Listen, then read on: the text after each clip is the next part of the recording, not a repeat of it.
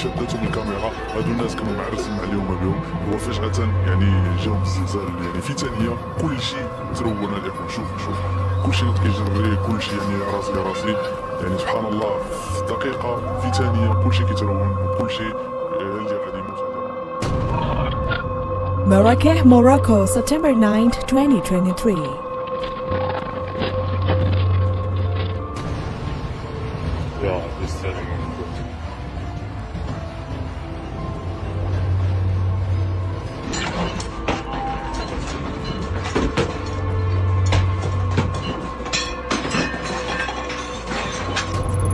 De faire resplendir l'héritage de l'islam.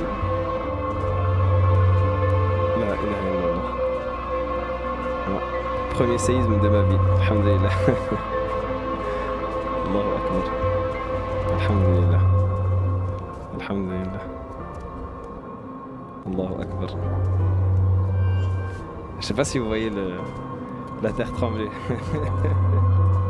كذلك هذول الاخوان الناس جالسين في القهوه فجأة غادي يحسوا بالارض كتهز. شوف ردات الفعل ديالهم الاخوان، كاين اللي خرج كيجري، كل واحد شنو غادي يدير، يعني ردات الفعل كتكون صعيبه هنا في هذه اللحظه، ما كتكونش عارف شنو غادي دير.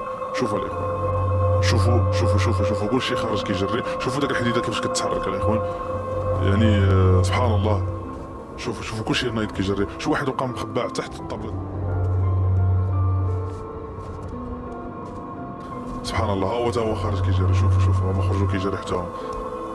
سبحان الله. شوفوا الاخوان، يعني هادشي راه ماشي سهل. باش تكون جالس وتحس بالارض كتهز بيك ويقدر يطيح عليك الحيط، يقدر يطيح عليك اي حاجه. وننتقل معكم لمقاطع اخرى لاشخاص كل كان في جوه الخاص، وكل منهم كانت له ردة فعل. فمنهم كان والحمد لله يقرأ القرآن في مجمع ديني،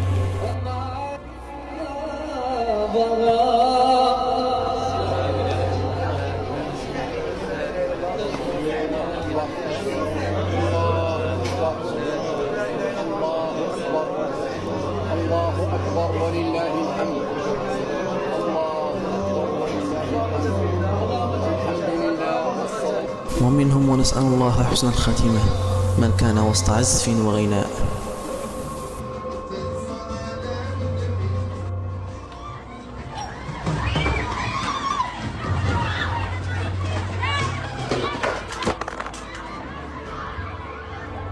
وفي فيديو آخر يبتدئ بصوت مرعب لقطة يبدو أنها شعرت بالزلزال قبل وقوعه.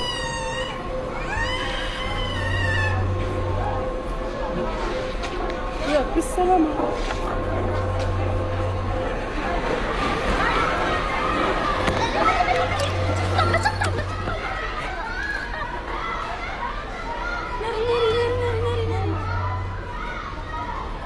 يلا نهرب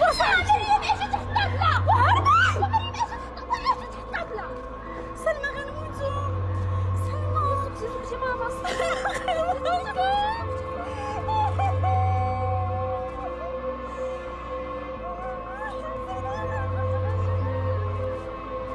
وبعد وقوع الواقعة هرع الكل خارج المنازل نحو الشوارع والحدائق،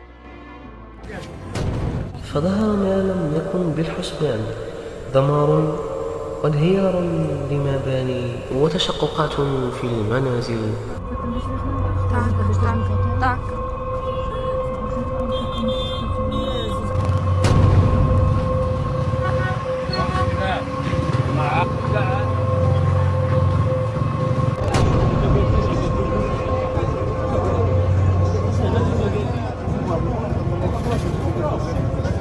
The powerful earthquake damaged buildings in major cities and sent people pouring into streets and alleyways from the capital Rabat to Marrakech, the country's most visited tourist destination and a UNESCO World Heritage Site.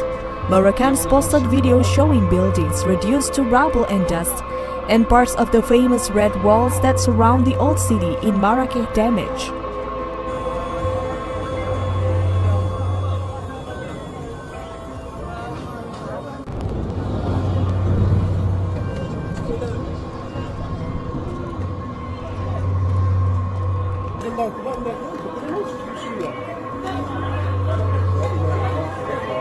C'est souvent comme ça? Ça a déjà arrivé?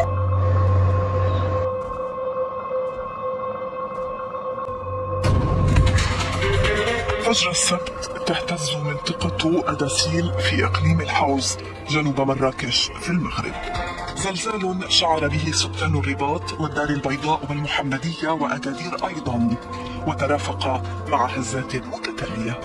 حدد مركز الزلزال في منطقة جبلية تبعد نحو 550 كيلومترا عن المنطقة التي تلتقي فيها الصفيحتان الإفريقية والأوراسية. بلغت قوته 7 درجات و20 درجة على مقياس ريختر بحسب المعهد الوطني للجيوفيزياء في المغرب. وبينما قدرت هيئة المسح الجيولوجي الأمريكية مركز الزلزال على عمق 18 كيلومترا، قالت وكالة الزلازل المغربية إن عمقه 8 كيلومترات. وكلتا الحالتين تعني أن الزلزال قريب من سطح الأرض، وبالتالي آثاره كارثية. وهنا وبعد الزلزال ظهر الدمار الذي خلفه والذي كان مرعبا، خصوصا في الدواوين والمنازل الطينية والمناطق الجبلية. والزلزال الأقوى الذي يضرب المغرب منذ 3 قرون. شدته ومركزه القريب من جبال الأطلس حول الجغرافيا إلى واحدة من أكبر التحديات أمام فرق الإنقاذ والبحث. لكن الأضرار والخسائر تفاوتت بين دائرة التأثر الأوسع التي وصلت إلى مراكش وأكادير وقطرها 400 كيلومتر، ومركز الزلزال في إقليم الحوز بقطر 60 كيلومترا تقريبا، وهو إقليم يغلب عليه الطابع الجبلي. تغطي الجبال 3/4 مساحته، فأتت الأضرار في الحوز كبيرة. الإقليم يضم نحو 40 قرية ومدينة وتجمعا سكانيا، أغلبه مناطق وعرة ويسكنه قرابة 600,000 نسمة. تغلب الجبال على تضاريس الحوز إذن، وتعتبر قرية إيغيل على هضبة محاطة بالجبال مركز الزلزال. أما في تارودانت فحجم المأساة كبير، تلتقي فيها سلسلة جبال الأطلس الصغير والأطلس الكبير. تسبب الزلزال في حدوث انهيارات صخرية في القرى الجبلية فدمر بعضها بشكل شبه كامل.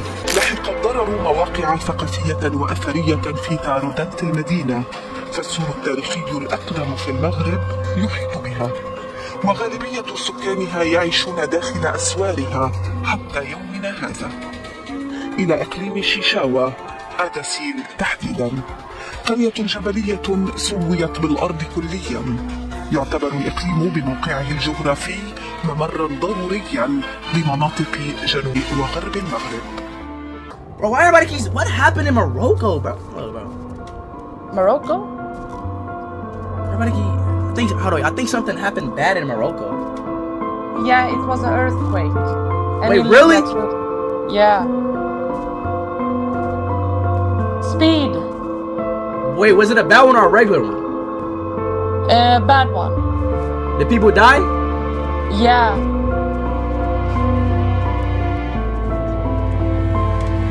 Prayers for Morocco, man. Yeah, prayers for everyone. Like, chat, let's have a 30 seconds, a moment of silence for Morocco, bro.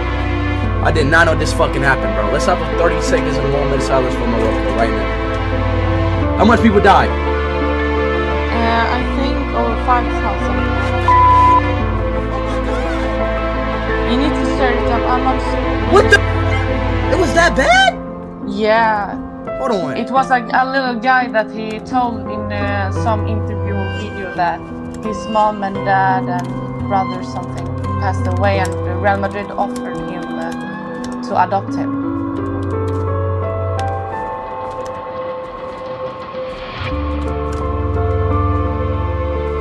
Oh my god.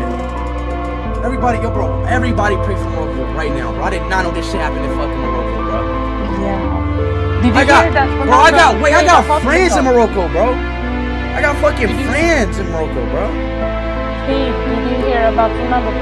Yeah, it's Chat, let's have 20 seconds, a moment of silence. Chat, it's not fake, bro. It's not fake. Let's have 20 seconds, a moment of silence.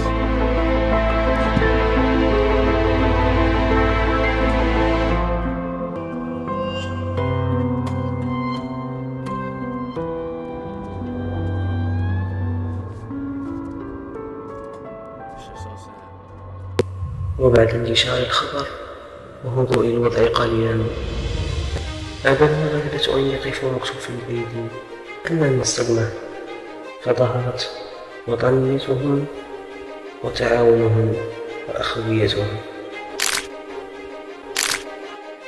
وبعد كل هذا تحولت المأساة إلى حب وتعاطف. هبة شعبية واستجابة فورية. أعداد كبيرة من المواطنين توجهوا إلى أحد مراكز التسوق التجارية، كل حسب استطاعته وما جاد به جيبه. بتلقائية وحماس بدا الأمر وكأنه منسق قبل أيام، وفي ظرف وجيز ملئت الشاحنات والسيارات بالمساعدات قبل إرسالها إلى القرى النائية أو ما يعرف محليا بالدواوير التي يعيش أهلها ظروفا إنسانية صعبة. الأولوية كانت للمواد الأساسية التي شملت الأكل والشراب والأغطية والدواء. الأمر نفسه تكرر في كثير من المدن المغربية من شمال المملكة إلى جنوبها.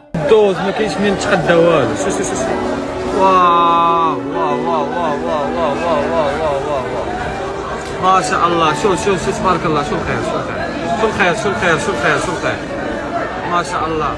ما يمكنش. يضاف كل ما سبق من مبادرات إلى المشاركة الواسعة التي عبر عنها المغاربة استجابة لمناشدات السلطات للتبرع بالدم. فمنذ الصباح الموالي للكارثة ما زالت الأمواج البشرية تصطف في طوابير طويلة انتظارا لدورها لتأدية ما تراه واجبا لا منا.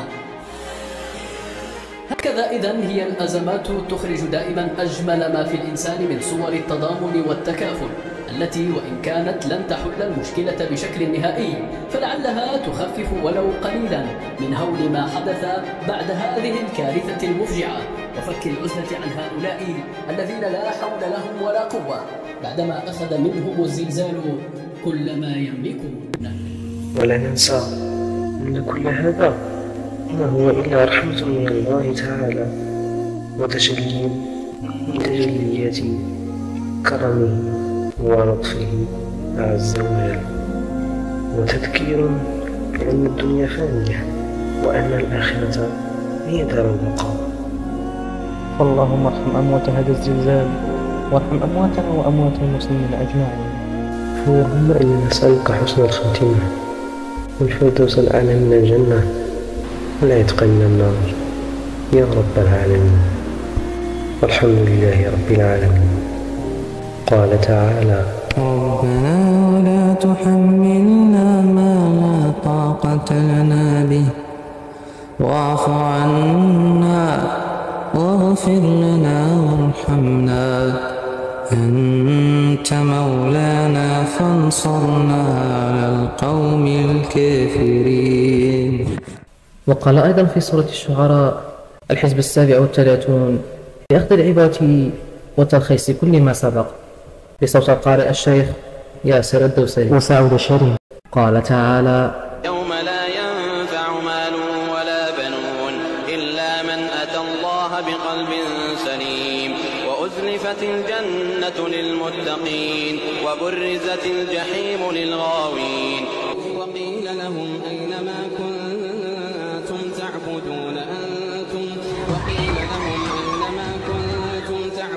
من دون الله هل ينصرونكم أو ينتصرون فكبكبوا فيها هم والغاوون وجنود إبليس أجمعون فكبكبوا فيها هم والغاوون